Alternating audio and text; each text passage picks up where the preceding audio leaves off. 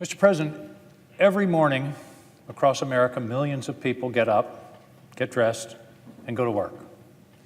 They all have similar experiences. They're getting ready for a new day. They're getting ready for a new set of challenges. They're getting ready to serve their company and the place where they work to the best of their ability. But there's one group of Americans who get up every morning to go to work, and it's a slightly different experience. Because when those people report for work, they are knowingly and willingly putting their lives on the line. I'm referring to our police officers and law enforcement personnel across the country. I think it's an important distinction. All of us go to work, we all think about it, but to stop and think for a moment that when someone puts on that blue uniform or green uniform or whatever it is to serve the public, they are taking a risk with their life. They are literally laying their lives on the line for the rest of us. And 56 years ago today, President John F. Kennedy designated May 15th as Law Enforcement Memorial Day, Peace Officers Memorial Day, and the week in which May 15th falls is designed and set aside by our country ever since to recognize peace officers. I love that term, peace officers. They are here to protect us. The Constitution in the preamble lays out the basic outlines for our government. And one of them is to ensure domestic tranquility. What a lovely phrase, to ensure domestic tranquility, and that means, in many cases, law enforcement. So I rise today to recognize law enforcement officials across the country, but also particularly in my state of Maine. As governor, I spent 24 hours a day with the state police. And I learned in that job the quality of people that we have serving us, the quality of the people often who could make more money or have more promotions in another line of work, but have chosen to serve the public and put their lives on the line. Now, in Washington, there is a memorial to our law enforcement personnel, to our peace officers, and on that memorial are engraved the names of those who have lost their lives in the service of their fellow citizens. I'm proud to say that two of those names that will be added this year are from the state of Maine. One was Chris Gardner, only 47 years old. He had worked with the University of Maine Police, and then he worked with the Maine Drug Enforcement Agency. He died November 15th, 2016, from complications from a training exercise. He was involved in the Maine Law Enforcement Torch Run. Many law enforcement people across the country are involved with the Torch Run, which raises money and visibility for Special Olympics.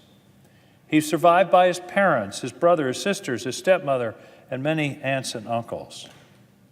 He's also survived by loved ones.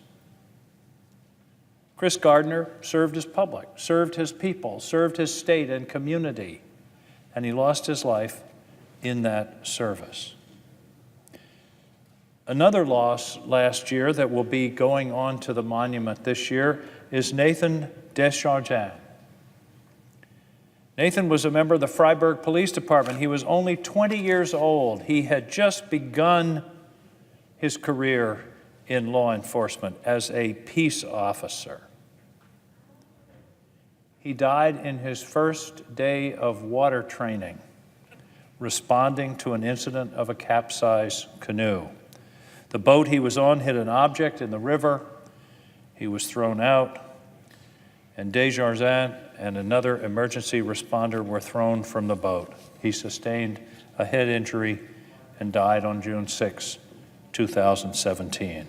Again, he's survived by his parents, his brother, his grandmother, and a large extended family.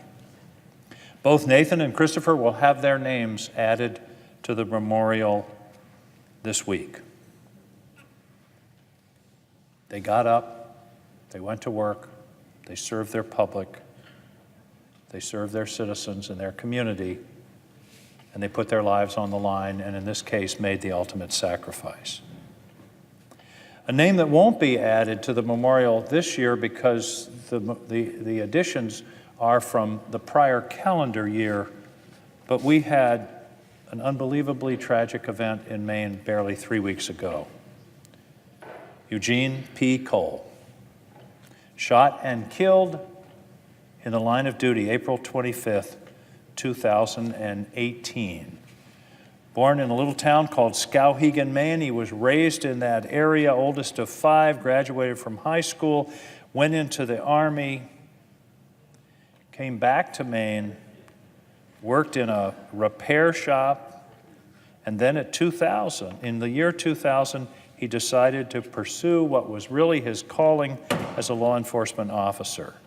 In 2006, at the age of 50, he went to the Maine Criminal Justice Academy, and he became a rural patrol deputy for the Somerset County Sheriff's Office. I used to live right across the street from the Somerset County Sheriff's Office, and I remember the sheriff when I was there almost 50 years ago, Francis Henderson. And Francis Henderson epitomized law enforcement in Maine and in Somerset County, and his followers as sheriffs have done the same. Gene Cole was in that mold. He was admired in his community. He was well known in his community. He was respected. He embodied the values of law enforcement, and he was an inspiration to the officers who served with him. Survived by his wife of 41 years, Cheryl, 4 children, several grandchildren, Tom and Cheryl, his siblings, his mother, and a large extended family. His funeral was in Bangor, Maine, just a week and a half ago. 3,600 people were there.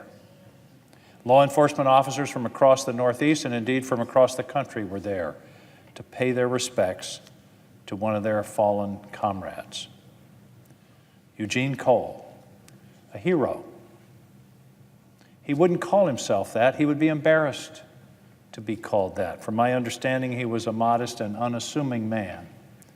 But he was a hero because every morning he got up to go to work, he put on his uniform, and he put his life on the line for the people of Somerset County, the people of Skowhegan and Norridgewock, and the people of the state of Maine.